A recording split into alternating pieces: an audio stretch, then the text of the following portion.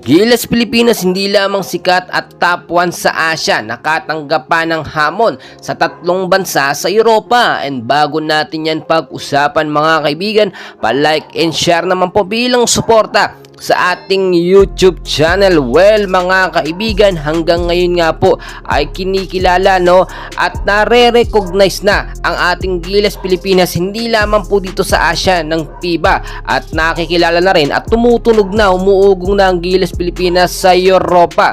Nitong mga nakaraan lamang po, nilinaw ni Coach Tim na nagkaroon ng Gilas Pilipinas ng tatlong imbitasyon sa Europa, sa Lithuania, Slovenia at Czech Republic. Kung makikita po ninyo, ito po yung sinasabi natin na tune-up game. At ayon na rin po kay Coach Tim Con, gagawa ng paraan ng Gilas Pilipinas yan para magkaroon ng katuparan. Kung titignan at iisipin po ninyo, hindi lamang talaga tayo sikat dito sa Asia. Bakit pa mo kahit nga pong Europa ay na-recognize ang magaling na lineup nga po ni Coach Tim Con at ang magagaling at magandang chemistry ng mga player ng Gilas Pilipinas. Hindi po ito nangyari last year sa Gilas Pilipinas, kasi nga naman kahit magagaling ang mga player natin ay hindi naman maayos ang coach. Yung rotasyon sa mga player hindi po maayos, walang chemistry at gulo-gulo sa loob.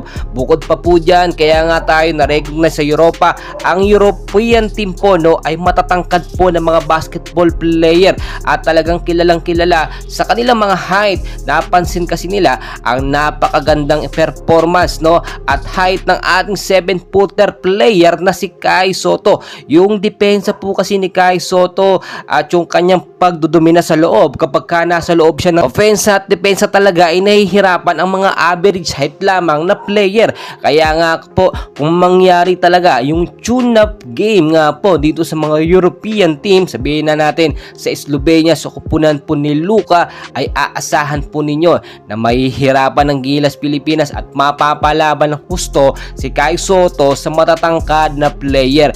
Dalawang laban natin sa Hong Kong, China at sa Chinese Taipei, wala pang nakatapat si Kai Sotto na medyo kasing tangkad niya or mas matangkad sa kanya. Pero asahan po ninyo sa July sa Group A, mabibigat po mga kalaban natin yan, matatangkad din po, at talagang doon masusubukan ang tunay na potensyal ng Gilas Pilipinas. And as of now, ang ating mga Gilas player ay may kanya-kanya muna mga ligang nilalaruan. Ang mga B-League boys ay balik na sa Japan B-League. Si Justin Noype Brownlee naman ay may imbitasyon na sa iba't ibang mga liga dito nga po sa Asia. Ang mga PBA player naman natin ay balik na ngayong conference at tuloy-tuloy na ang kanilang paglalaro. Well mga kaibigan, patuloy ko po kayong i-update, and please wag na wag kakalimutan mag-like and subscribe for more Gilas update.